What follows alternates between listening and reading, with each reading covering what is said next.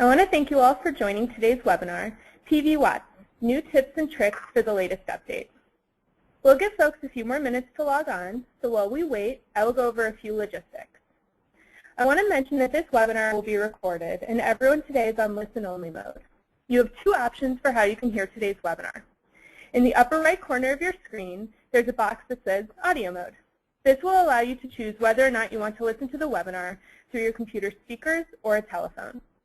Select either Use Telephone or Use Mic and Speakers. If you select Use Telephone, the box will display the telephone number and specific audio PIN you should use to dial in. We will have a question and answer session at the end of the presentation. You can participate by submitting your questions electronically during the webinar. Please do this by going to the Questions pane in the box showing on your screen. There you can type in any question that you have during the course of the webinar. Our speakers will address as many questions as time allows after the presentation. So before I hand it over to our presenter, I want to give you a brief overview of our program. STAT stands for Solar Technical Assistance Team. This project is funded by the Department of Energy Solar Program in coordination with NREL and Lawrence Berkeley National Lab, which also provides assistance. The purpose of STAT is to offer current, credible information to state and local government decision makers on policies, regulations, financing, and other issues that states and localities are currently facing. As we like to say, STAT offers three different flavors of technical assistance: education, which includes webinars and fact sheets on various topics; quick response, which is one-on-one technical assistance that requires fast turnaround; and in-depth one-on-one technical assistance for longer-term requests. To learn more about the broader effort of the STAT, please visit the website on the page where you can find a webinar with more detailed information on the Solar Technical Assistance offering here at NREL. So more on this year's series. You are currently listening to the third of 4 webinars in our summer series for Do-It-Yourself Solar Market Analysis. These webinars have been occurring throughout the summer once per month on the second Wednesday from noon to 1. As you can see, today we're discussing PVWatts. Please join us for the final webinar of the summer, where we will be talking about our Community Solar Scenario Tool. And you can listen to the previous webinars from this series by visiting the STAT webpage on the NREL site. To learn more about future webinars and the STAT effort more broadly, please subscribe to our listserv. And with that, I would like to introduce you to our speaker today, Mr. Nate Blair. Nate Blair is the manager of the Energy Forecasting and Modeling Group here at NREL. Nate has been at the lab for over a decade, and he leads the work on solar system modeling at NREL. Nate? Thank you, Erin. I'm happy to be here today and excited to talk to you about PVWatts generally and some of the new features that we'll be rolling out shortly as well. And so here's the agenda for today. I want to do kind of a quick basic introduction. Many of you have probably already used the tool, and then demonstrate some of the existing versions of PVWatts. I think one of the hints and tricks is understanding the different versions and understanding how they kind of relate and what to use when. And so I think this will hopefully clear up a lot of confusion for people. Then we'll talk about the recent and ongoing updates that we have and that we will be rolling out shortly, and then a walkthrough of the new version and talking about some of the hints and tricks along the way. So first of all, what is PVWatts? PVWatts is a calculator for non-experts, or experts often use it, needing basic solar performance modeling for a single structure. So it can estimate hourly, monthly, and annual PV electric output values. I think it's important to stress the hourly. So this PVWatts is a full hourly calculation. A number of other tools use monthly average solar data or even annual average solar data to give you an estimate of system production. But the hourly data can be very useful for various applications. We have comprehensive U.S. coverage and coverage at selected international locations. It's one of NREL's most heavily visited sites, and it was originally launched in the early years of the Internet in 1999, and then version 2 came along in 2005 with 40K gridded data, and the most recent version we launched as a beta almost a year ago, and have been working on it ever since. And that's this tool. And so the PVWatts beta.nrel.gov is still active as a link, but it will point you to kind of where we've landed, which is pvwatts.nrel.gov. And it's updated. We really worked to update the web tool features, get it into a modern platform, and that enabled us to do some interesting things to improve the usability.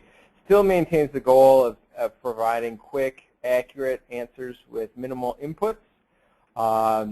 And there was another tool that we supported for a number of years called In My Backyard, or IMBY, and we've combined the capabilities of PVWatts and some of the capabilities of IMBY into this new version. And so we've retired the IMBY tool, for those of you that have used it, but we've incorporated the key features, which include the rooftop drawing tool, some information about economics, system cost, incentives, cost of energy calculation, and then IMBY was using 10K gridded data, and we've incorporated that data set in the new PVWatts. So the new version is easy to build on for the future. We've set it up so that we can add new weather data systems as they come online. We can add new countries. We have a specific version of this for India, which we probably won't show today, but is available. And we've already done a few things that change the answers from version 1, including switching from TMY2 weather sites, of which there are only about 250 in the country, to using the closest TMY3 weather site by default. And again, you can switch away from that to either a TMY2 site or a 10K gridded site that was used in the IMBY tool. So next, I'm going to demonstrate some of the existing options to help kind of make it clear what was available back then, and then that also shows you what we've improved for the new version. So let me get out of there. So this was PVWatts version 1, and again, this was originally deployed in 1999. And you can see that there are a number of international sites down the right-hand side here, and we'll just pick Colorado because that's where we are. And then from here, you need to select the specific weather file that is most representative of your location. And this has always been a bit of a trick in the past. If you're in Denver, which site do you select? Do you select Boulder or perhaps Colorado Springs? My guidance is to run it multiple ways with multiple weather sites and see what kind of variation you get. That's the most robust way. A lot of people would just pick Colorado Springs. And here you've got basically the 5 PVWatts inputs. How big is your system? The default is 4 kilowatts. What's your D rate? In other words, how much are you losing to various factors? Those are listed here. And these can be changed. And in the newest version, we have spent a fair amount of time and effort, and we'll talk about that later, updating these D rates to values that are more appropriate for modern systems as deployed in 2014 as opposed to 1999. So we'll go back over here. Once you've selected your system, note that it defaults to the local, the tilt to the local latitude. And a lot of people kind of more typically put in a 20-degree tilt, and it says that it's picking the state average for the price of the electricity in that location. And you have a couple of tracking options: fixed tilt, 1-axis tracking, or 2-axis tracking. And we've augmented that a little bit in the latest version. So let's go ahead, calculate. And it provides you with these outputs. It gives you information about the system specifications that you entered, pretty basic information, and then gives you monthly data. So these would be the total AC power out for that month, the value of that energy that was produced based on this cost of electricity, And then you can download hourly performance data or output the results as text, so you aren't having to deal with HTML data. And that's about it. So that is basically version 1. Version 2, to access version 2, you go to the PVWatts viewer. So let me do a new search. Let me restart. So we'll just reload this. First of all, there's a disclaimer saying that we are replacing the PVWatts viewer on PVWatts version 1 with the new version, which we'll talk about shortly. But let's again enter another address. In this case, we'll enter a zip code, and that's the zip code for here at NREL in Golden. And it gives you a choice. It either selects a TMY2 site for you. Here it chose Boulder as the closest TMY2 site. Or it selects 40K monthly gridded data. And this was what was available in PVWatts version 2. And so we're going to zoom into location. And you can see here we are at the center of the zip code. NREL is actually a little bit north of there. And then we'll send this to PVWatts.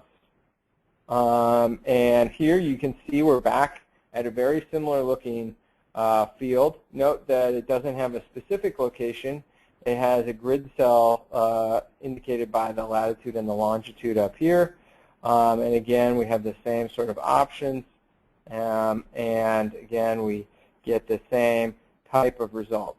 So you will see both versions. I think that what really sets apart the what sets this version apart is really this viewable map. And this allows you to look at, for your area, what the grid cells are, what their overlap is, where the close by TMY2 sites are, and then allows you to pick locations close to that. And typically it gives you these two options, an hourly site at Cheyenne or the closest grid cell. And so that's PVWatts version 1 and the PVWatts version 2 viewer.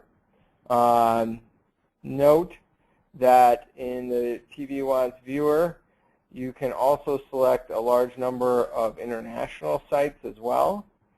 And obviously there's no 40K gridded data for these international sites, but there are a number of locations. Let's see if I can zoom in on one here and have it pop up the tool. There we go. So here it's picked this our Athens site in Greece, and then you can again send this to PVWatts. So this enables you to do these international sites as well. So now we will go back to the slides and advance to the next slide. So as you would assume, for a tool that was originally developed in 1999 until now, and for those of you following the PV marketplace, both the technology, costs, assumptions about installations, assumptions about losses have all generally changed. And luckily for all of us, they've improved significantly. And so what we've done is worked over the last year or so to come up with a number of changes to PVWatts that, in addition to releasing the new website, so we've already kind of improved the user interface, and we'll go back to that in a minute. But on top of that, we are going to be changing the answers, or we're in the process of changing the answers that come out of PVWatts. And I think what we've done is we've added a few little refinements, given the user a couple of extra options. And on top of that, we've improved the back-end calculations as well as the defaults. So for things like typical nameplate B-rate, for example. So because there's been a change in the kind of the module type, in 1999 there was kind of one typical crystalline silicon type module. now we've got kind of several families of modules, and so we would call that, so we've added 3 options. You can either select a standard module, premium module, or a thin film module type, and I'll go into in a minute what that affects on the back end. PVWatts has always assumed a 1-to-1 DC to AC sizing ratio, and that's been somewhat atypical for normal installations for some time. Typical DC to AC sizing ratio is maybe 1.2 watts DC for every watt of inverter AC, and some companies are pushing that to even higher levels as modules become cheaper. We now have moved away from the word derate. We did a Google search, found out that PVWatts was the only place, according to Google, that used the term derate, and all other PV tools have been using the term losses for some years. And so instead of your magical 0.77 derate, you will now have a certain percentage of losses. And the new default is 14%. We'll talk about how we get there. But we're not talking about losses instead of derates. The inverter performance curve has been updated. Inverters have improved significantly, so we've gone from a typical efficiency of 92% up to 96%. And then for one-axis tracking systems, you can either estimate self-shading or use backtracking. So in previous versions of PVWatts up until now, it was assumed that for a one-axis system there was no shading, that all of the one-axis tracked rows existed in an infinite plane with no shading whatsoever. So that was an overestimation of output, and so now we've added an option to either include self-shading or backtracking. So now the model inputs are the ones we just saw. So system size is still the same. Module type is a new input, and there you're selecting standard, premium, or thin film, with standard being the default. System losses replaces system derates previously. An array type, you'll note that we had one fixed, and then we had one axis and two axis. Now we have fixed open rack, which would be sort of utility scale, perhaps installation, or fixed roof mount, which assumes that there's a surface about 5 inches behind the array for kind of a typical roof mount system. One axis with self-shading, or one axis with backtracking, or again two axis. Two axis has not changed at all. The tilt and the azimuth are the same as they were previously. And then we've got 3 advanced inputs, which typically you don't see, but you would see if you selected to look at advanced inputs. And that's where we have the DC-AC ratio, and the default is 1.1. The inverter efficiency, and the default is 96%. Note that that is now separate from the system losses. So previously, inverter efficiency was part of the derates. And ground coverage ratio, which only really matters for one-axis systems, is a fraction between 0 and 1, and the default is 0.4. So again, when you select either a standard, premium, or thin film module, that selects the kind of typical efficiency of the system, and that's going to affect how many watts you can fit in a specific area. So when you go to doing a rough outline of your system on a rooftop, depending on which module type you select, it will indicate how many watts you can fit on that roof. Note that the premium module adds an anti-reflective coating on the cover. And lastly, the temperature coefficients are different depending on the module type that you select. And to come up with these, we looked at the 11,000 modules that are in the CEC database. Actually, we looked at a subset of those that are more recently added to the CEC database, and from that we gathered the kind of typical or average temperature coefficients for each of these kind of module families. The graph here at the bottom shows the difference that the AR coating has on the amount of light that gets absorbed versus reflected, particularly at higher incidence angles. So the thermal model, so that's looking at how you calculate the temperature of the panel versus the ambient temperature. Obviously, the panels run hotter than the ambient temperature typically when the sun's out, and that impacts the amount of electricity coming out. So this is part of the model. We are using the same model same thermal model that has been in there for a very long time, developed originally in 1986 by Fuentes. And then we've changed some of the default conditions for the INOCT value. This is getting a little bit in the weeds for most of you perhaps, but then we're assuming that the fixed roof system, which I said before, assumes a 4-inch standoff, and reduced airflow results in a higher kind of operating condition temperature of 49 degrees. And so it runs a little cooler if it's rack mounted, it runs a little hotter if it's roof mounted, and that's consistent with what you see in real data. So system losses, here is where we've worked with the industry, we've done surveys, some of you have perhaps taken our PVWatts survey, and we've reviewed a lot of literature through a variety of mechanisms.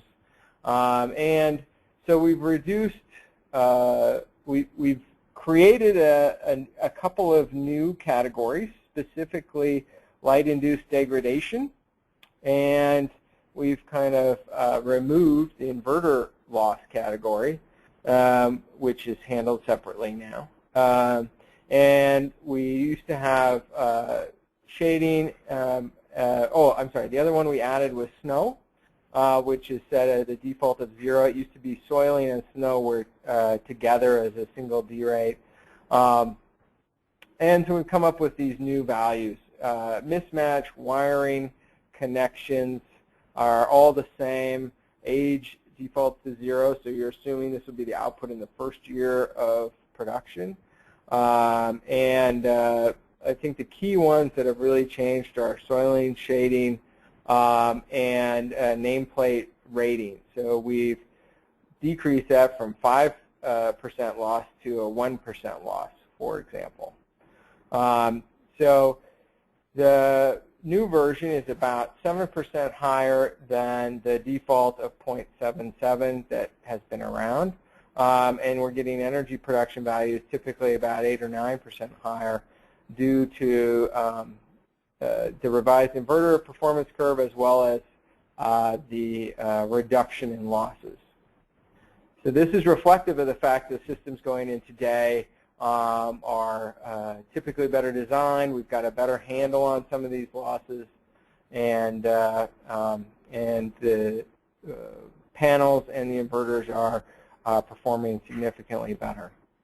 So to get the new inverter curve, which is the formulation of which is at the bottom for the math people in the audience, we looked at, again, all of the inverter specifications that we had in the CEC database. So it's several thousand different inverter specifications. And we've changed the shape of the curve a little bit, not that you'd notice, but then the typical operating efficiency for the inverter is now 96%, whereas before it was 92%. And so that also contributes to an increase in typical output from PVWatts. And you can see on here the original PVWatts curve was here at the bottom with the dotted line, and then the solid black line is our default curve. And then if users want to look at even more efficient inverters for various reasons, they can change that in the interface. So why did we want to do this? Why are we changing the answers coming out of PVWatts? Specifically, we've looked at a number of systems, and other people have also done studies looking at comparing PVWatts to real systems. And what we found that for very well-behaved systems. So we took 9 systems. We threw out all data that was erroneous. These are unshaded systems. We've taken out bad data hours or hours when the system has significant snow on it. And we've validated PVWatts and our other tool called SAM. And we've shown that PVWatts is consistently quite, underpredicts quite significantly. And then the,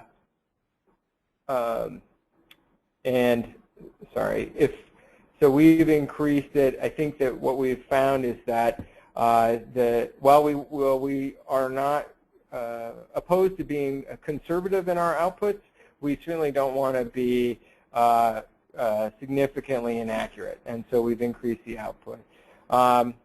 So for these systems in particular, if you were to zero out the losses due to shading and availability, the effective D rate for this new version, we're calling it version 5 internally, is 8.877%, which is about 14% higher than the 0.77% that was in version 1. And so what you would see is that these answers would come out on average quite close to the measured data at that point. And then we've compared for 50 TMY2 sites, we've compared version 1 with version 5. And we're seeing that the new version is predicting about 7 to 9% more energy than version 1 with the default inputs.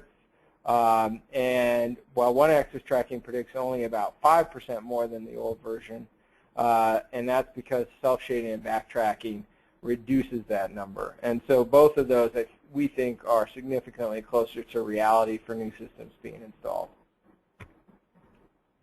The last thing I'd add is, as we saw in the PVWatts viewer, that it was very nice to have a map. The map showed where all of the TMY, in that case TMY2 and 40K gridded data sites were.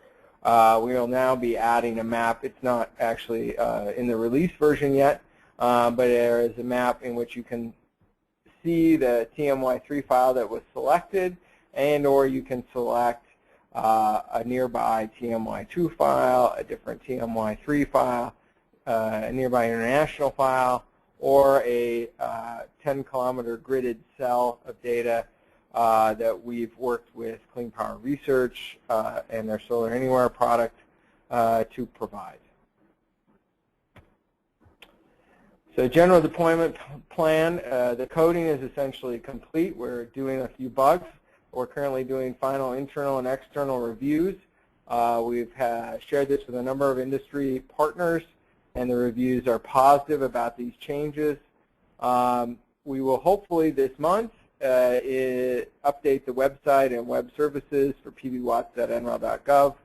And then again, we are still leaving the PVWatts viewer site, the version 1 standalone site running at least until the end of the calendar year to ease the transition for users as the answers are changing and certain people want to be able to understand that difference from the old version to the new version. And at some point in the next year, those sites will be retired. So I would now like to walk through the new version, and we'll get right at that. So to get to the new version, you wanted to go to pvwatts.nrel.gov, and we're hoping that Google starts pointing people here first. I think that's happening. And again, this just states that we're transitioning. And here you can type in an address, and let's see. I wonder if I can just type in National Renewable Energy Lab. So we used the Google weather finding system, the Google address lookup system to resolve the address.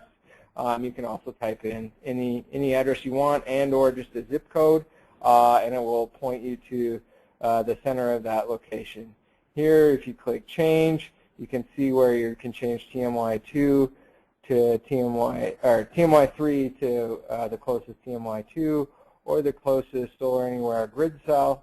We'll just leave it at that for now. Then you click the orange button to the right, and we haven't spent a lot of time on it, but we do want this to be usable either in a Windows 8 touch mode or on an iPad, or perhaps on an iPhone if you have small fingers. I think that's part of our design idea. So again, here we still have the 4 kilowatt default, and you have, again, these different fixed options. Here's the 0.77 that we're used to, the tilt and the azimuth, and I will show you the version with the improvements shortly. But I wanted to talk through a couple of the other features first. So here, it will use Google Maps to show you where your location is. Note that this is the NREL campus. Here is the building that we are sitting in. We are right about here. So we probably won't want a 1 megawatt system, but I will select part of the roof that's directly above our conference room. I think this is a little more than our conference room.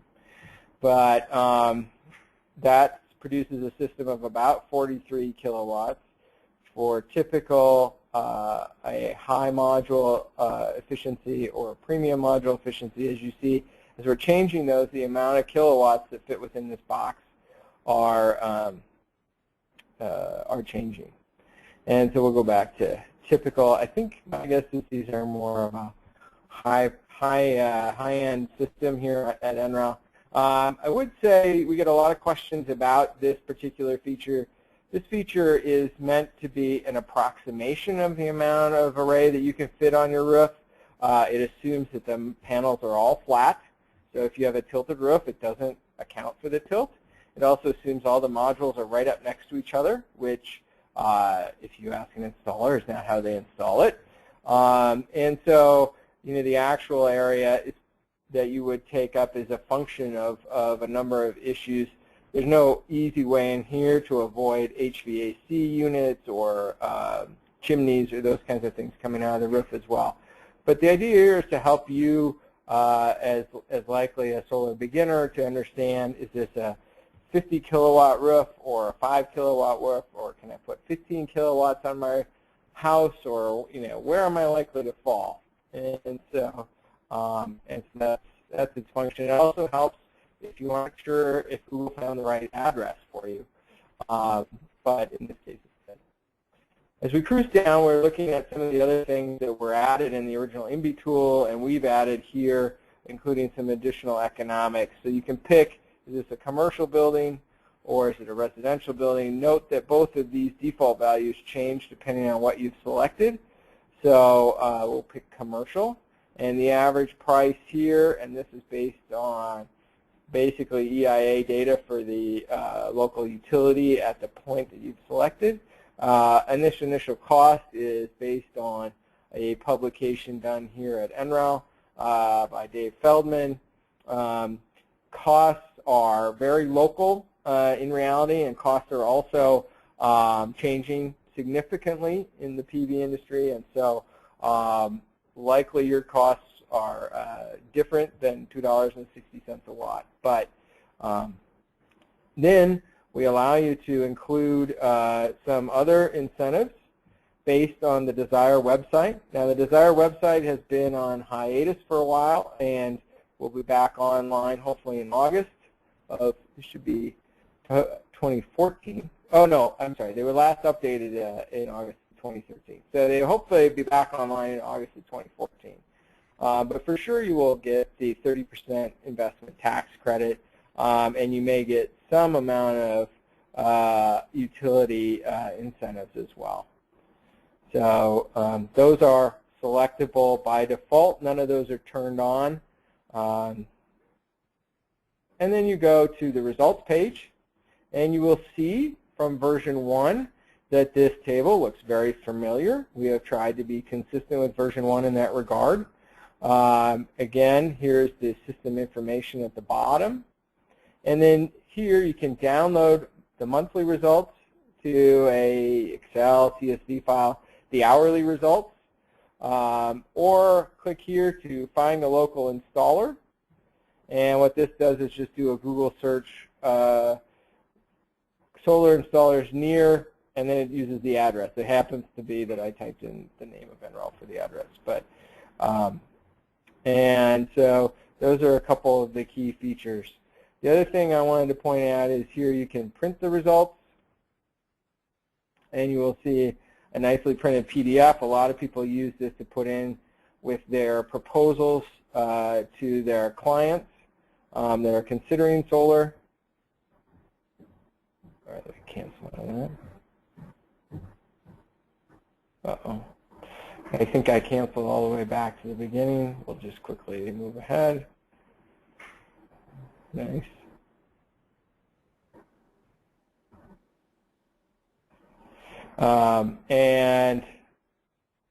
And that is, I think, all of the features I wanted to point out. I would point out that we have a really robust help system, and we also have a technical reference manual to really dig into, if you're interested in the underlying algorithms, how the calculations are done. You can go to that technical reference manual and do more work there. The other thing I would add at this point is to say that the PVWatts algorithms are also contained in NREL's System Advisor Model tool. And the System Advisor Model allows you to do multiple subarrays, pick the number of inverters, pick specific panels, pick specific inverters, work on the array layout, as well as provides much more robust cash flow calculations and gives you a lot more control. So once you have reached the end of what PVWatts can do and you want to do something more complex, we recommend that you use the NREL System Advisor Model, which you can find at sam.nrel.gov. The last thing I wanted to show was to give you a sneak peek at some of the new features in our in what will be released shortly. This website, pvtest.nrel.gov, is not available outside of the NREL firewall, so you will not be able to access this yourself. But again, here we've typed in 80401, which is the zip code for NREL. Again, it picks the closest TMY3 site, as it did before. But down here, it then gives you a number of different options. Here's your location, center of the zip code. Here's the selected TMY3 site. And then you can select either other TMY3 sites, or here's the Boulder TMY2 site, which is what version 1 of PVWatts likely would have selected for you. And so you can start to see all of the different weather sites that are close by. And then there will be an opportunity, I don't think this is completed yet, but you will be able to access the Solar Anywhere gridded data as well. And we have to do and then if I want to pick a gridded site, I've done that now. Sorry, let me zoom back in here. And this has selected this gridded data site. I may want to select that one. So that's the one in which our actual address is located. So then we go to the system model. Note here that we now have standard, premium, or thin film, as we discussed. We have now these other options for our tracking, basically, one-axis tracking, one-axis backtracking, two-axis tracking. And system losses now, instead of D-rates, tilt and azimuth are the same. Here are the advanced parameters, DC to AC size ratio, inverter efficiency, and the ground coverage ratio. Note that the ground coverage ratio is only used if I select one-axis tracking. And it helps figure out what amount of self-shading is likely to occur. The initial economics that we showed previously are still down here. and still have the same default data. You can still draw your system. Note that if you click here, then we go to the results. One thing I forgot to point out the last time we looked at this is that the economics gets used in basically these two outputs here at the bottom.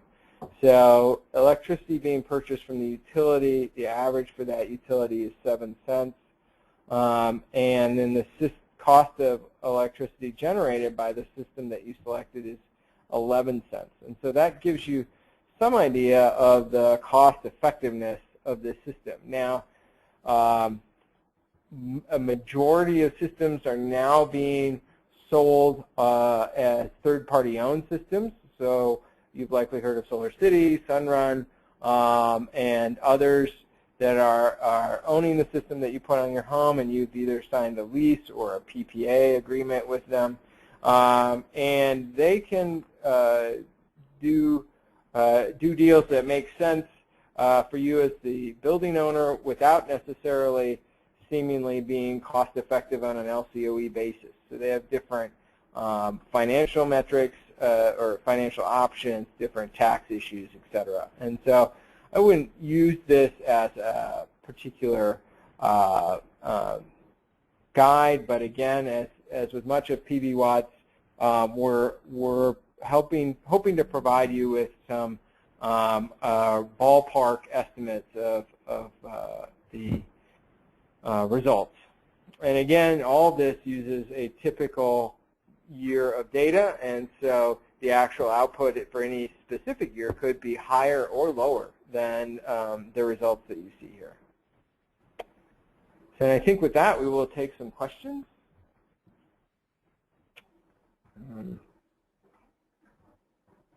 Great, thank you, Nate. That was really useful. So we do have time for a few questions, so we will run through as many as we have time right now.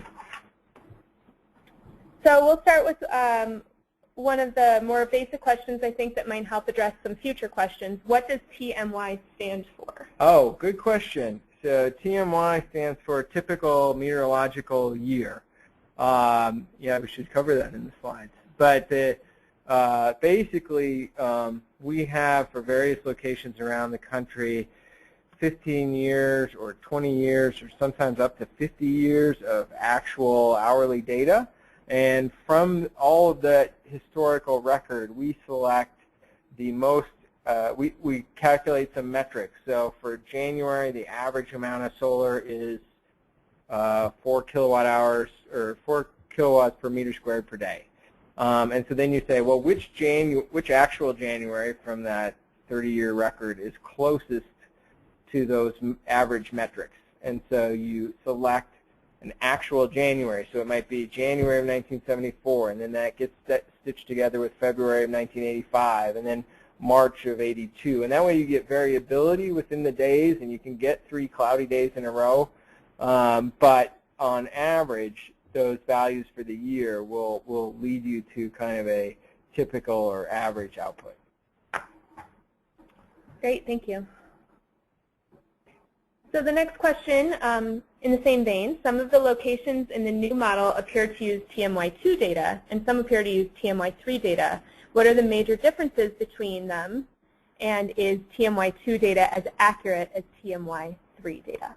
Yeah, that's a very good question. And what we, in version 1 of PVWatts and somewhat in version, well, in version 2 it wasn't in there, but in version 1 it used TMY2 data, and that was what was available at the time, and it was available for about 250 sites across the country.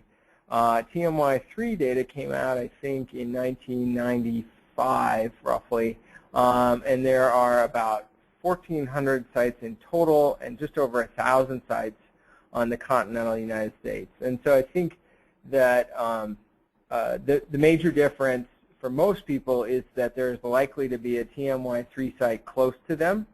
I think that there are the TMY3 sites, there's more modeled data and a little less measured data than there were in the TMY2 sites.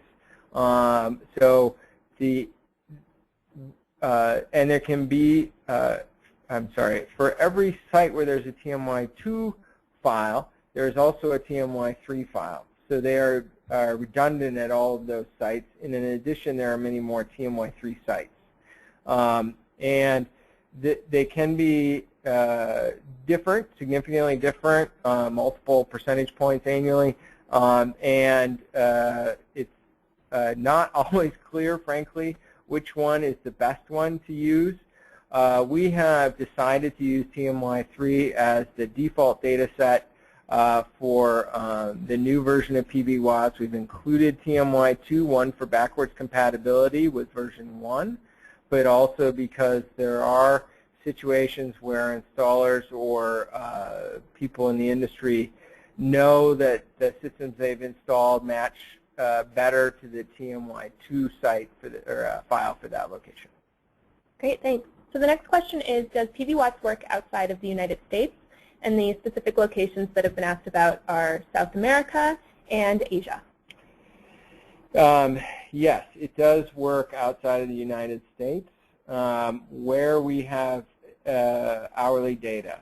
And so, for example, we have a number of sites in China and parts of Asia.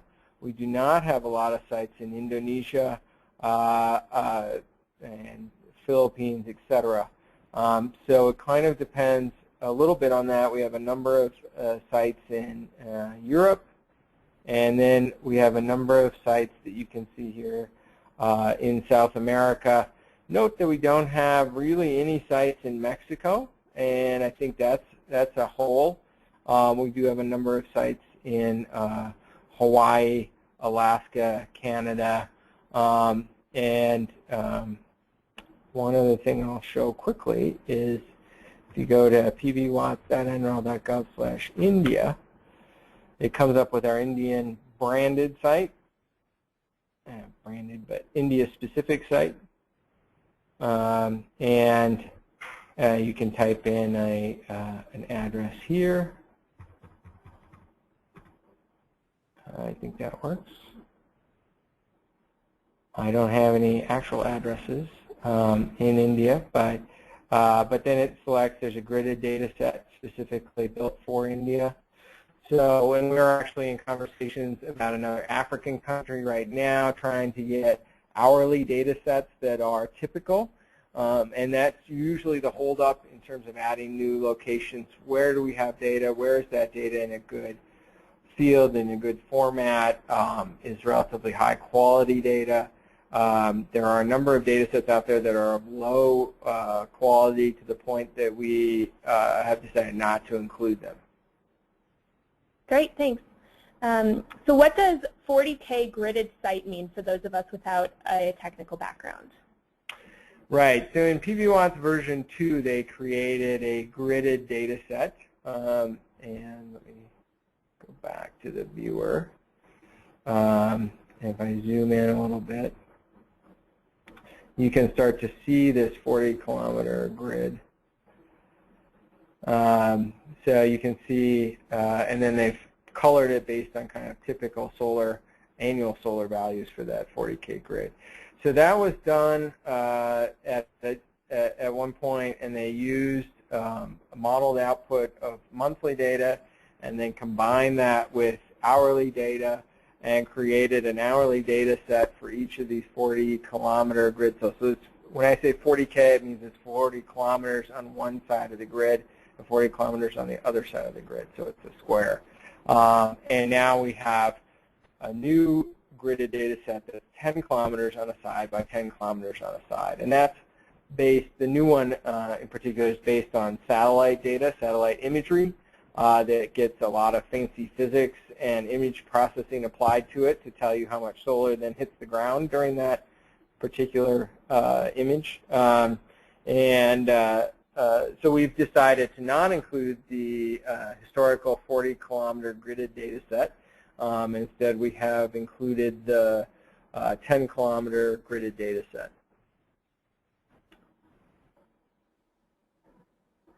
Okay, we have a few questions coming in about this. So are there plans to make any of the new features and defaults available in the PVWatts API? Yes, there are. So the API we have right now is version 4, I believe, and we are working with an internal version 5 of the API, which adds the features that I've discussed today. Obviously, the default values are default values that would be independent of the API, but the new improved inverter curve is in there, and the ability to handle different module types is in there as well, and that'll be released along with the new website later this summer.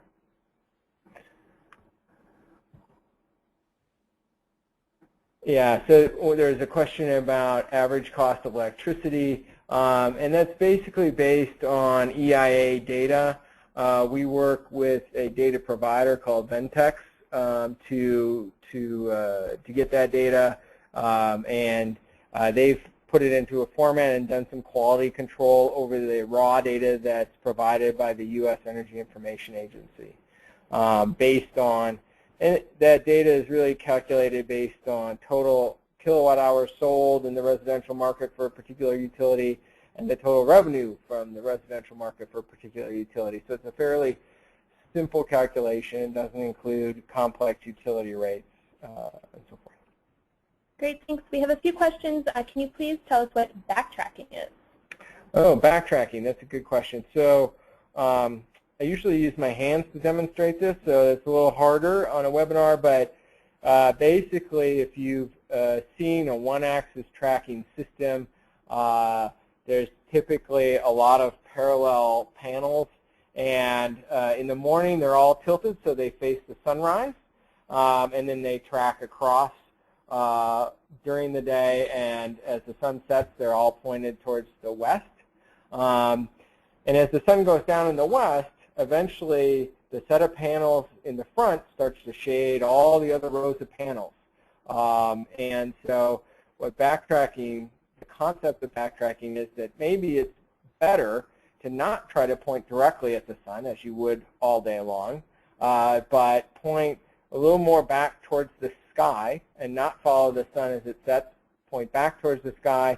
You get more diffuse radiation, less direct beam radiation, but you get overall more power. And that's what backtracking is, and there's a couple of typical ways of calculating backtracking that we've implemented. Great, thanks. So just to answer a question for somebody, yes, these slides will be available on the NREL website, and because you signed up for this webinar today, you'll also receive an email when those are available.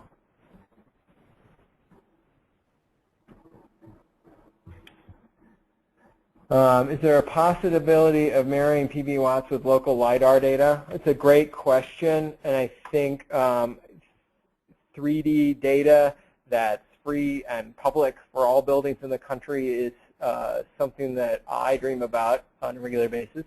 And so far it hasn't happened. I think many of you have seen Google is moving sort of in that direction where they kind of have 3D mapping if you zoom into various locations, typically in Silicon Valley. And we do work with LiDAR data here at NREL, and to date we would like to marry that together, but we would need to have LiDAR data is fairly specific and needs a significant amount of pre-processing, and so that's kind of and to get new LiDAR data or LiDAR data that covers most of the country can be really expensive. So people who do this kind of work typically are working in a smaller geographic footprint and are not trying to provide value to all of the taxpayers. Is the new PVWatts can also measure the system that has DC optimizers or microinverters? That's a really good question. We have been working with a number of the DC optimizer companies, Tygo, SolarEdge, a couple others I'm forgetting right now, and coming up with what they should change their default to in PVWatts to accurately represent their technologies. PVWatts does not model individual modules. It does not do an electrical model, basically. It doesn't say, hey, when they're all in parallel like this, it adds up to this voltage, and then you pump it through the inverter. Our SAM tool is closer to that, but even then we're not necessarily modeling each of the modules individually. There are a few tools out there that are doing that now. I think what we will do is provide in the end a set of guidance, I still say D-rates, a set of guidance losses assumptions that you should use if you're focused on if your system uses optimizers or microinverters. Great, thanks. And that's all the time we have today for this webinar. I want to thank Nate Blair, our speaker again, for the useful webinar that we heard today. And thank you all for attending, and have a great day.